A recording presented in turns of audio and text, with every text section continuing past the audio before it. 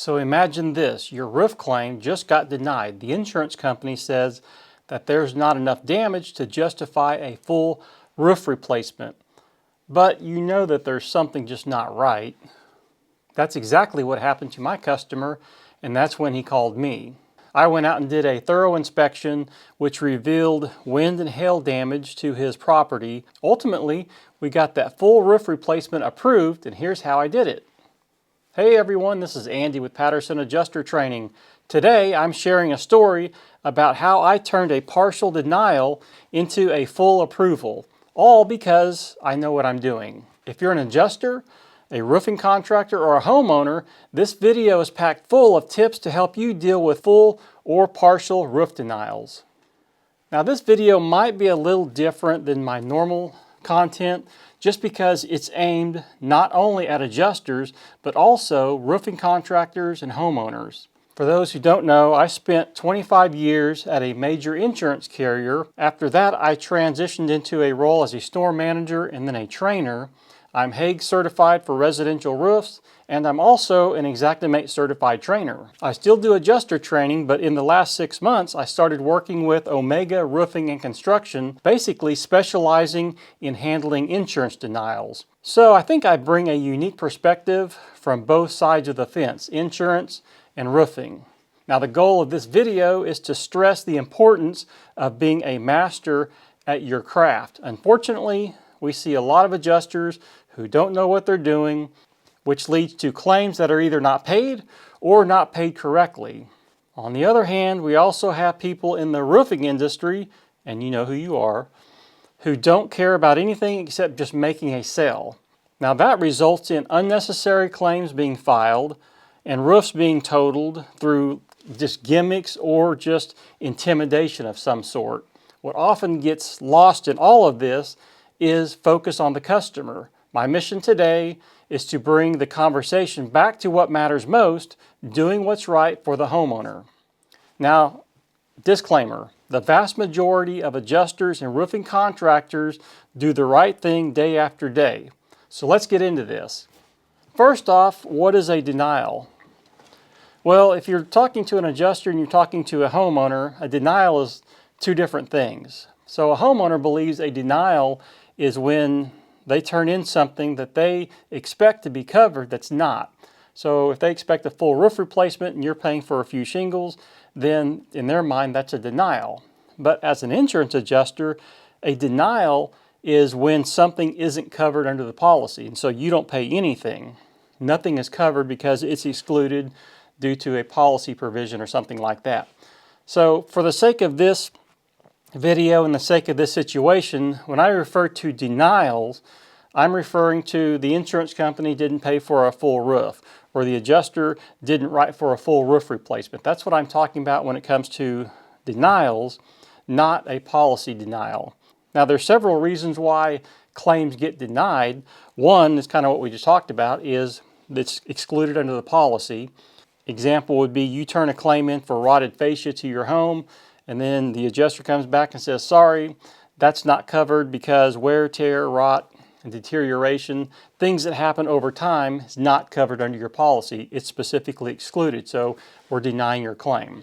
Now another reason why claims are denied is the adjuster or the insurance company just doesn't have enough information. They only can make a decision based on the information they receive. So a lot of times, especially in water claims, you're waiting on a causation report from the plumber or the mitigation company, and they never send it. And so the insurance company has to deny the claim because they just can't get enough information to make the decision.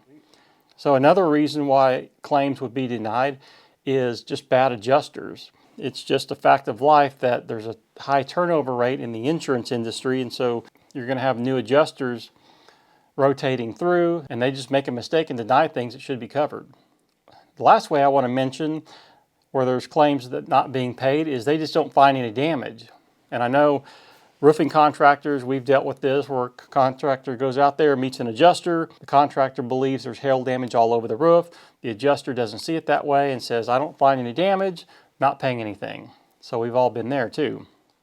So the situation I want to talk about today is, so a customer turns in a claim to his insurance carrier for storm damage to his roof. So the carrier didn't send out a field adjuster. This carrier uses these vendors, these third-party vendors called inspection technicians. So it's important to know that the person that went out and did the inspection is not an adjuster. Now they may have some adjuster licenses, but the role that the carrier has them in, they're not an adjuster. They're simply just the eyes for the insurance company, and they go out there, do the inspection, and they send everything to a desk adjuster to make the decision. So the owner of Omega Roofing met the inspector out there. The inspector did his thing. It looked like everything was going well. He chalked damage on the screens, gutters, downspouts, got on the roof, and his test squares, most of them exceeded 8 hits per square. I think one test square he only had like 6 hits per square, but saw him mark everything up and said he was going to send it to the desk adjuster. So when the customer gets the estimate, all they're really paying for is just some shingles throughout the roof. So that's when the customer decided to call us to help.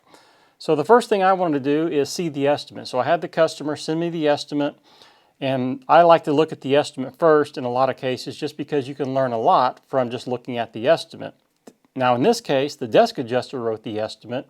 There are times when you're going to have a field adjuster writing the estimate.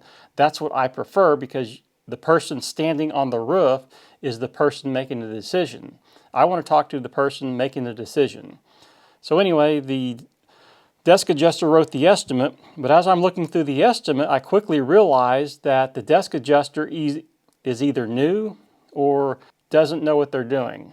The estimate wasn't terrible, but there's things that I pick up on that tells me that that person is new, or they're very inexperienced, or that they just lack training.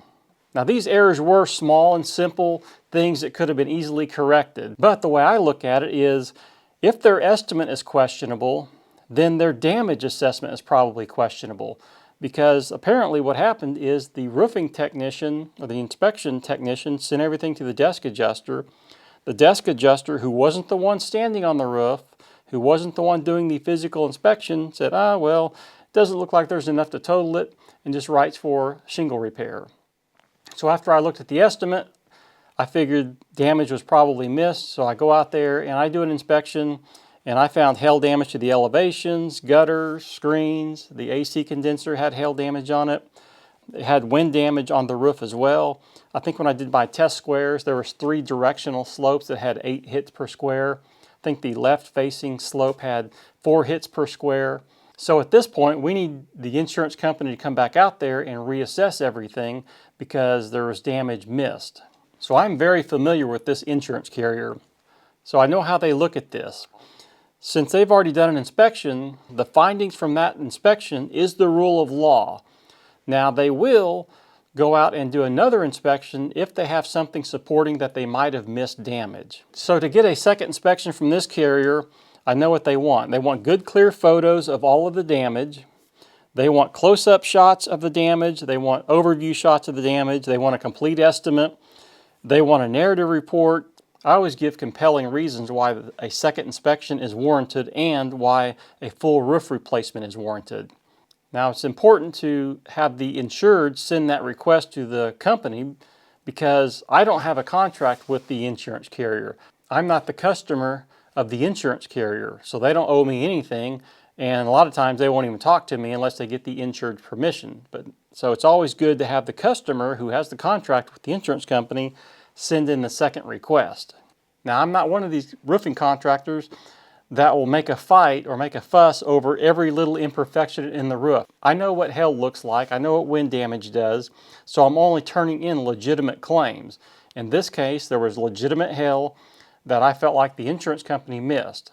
I've done several of these. In almost every case, the adjuster didn't make the right call. There have been a few that I've been out on that I agreed with the adjuster, but I'm not talking about sending a second inspection request for every little ding and dent on the roof that's not hail related. That's not what I'm talking about. I'm talking about actual storm damage.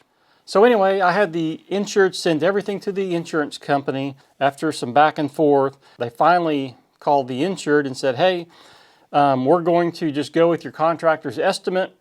We're approving a full roof replacement. And that's how I got the roof replaced, is because I know what I'm doing and I know what damage looks like. Now there was more back and forth with the insurance company. They sent us stuff, we sent them stuff, they requested some stuff from us. I didn't include any of that just because I didn't want to make the video too long. However, if you want me to make another video going into the details in terms of documentation, estimates, and photos, let me know in the comments and I'll make another video which goes into greater detail. So whether you're a contractor or an adjuster, what can we learn from this? Well, we all need to be masters of our craft. If you don't know what hail does to shingles or what effect wind has on shingles, you need to study and improve. If you're an adjuster, you need to learn and understand the policy, how to read a policy, the endorsements, learn as much as you can about roofing, Xactimate, and construction. That way you're not a pretender. Because if you're a pretender, it's eventually going to catch up with you. If you found this video helpful, hit that like button and subscribe for more tips on roof claims, insurance adjusting, and Xactimate. Thanks for watching, and I will see you in the next video.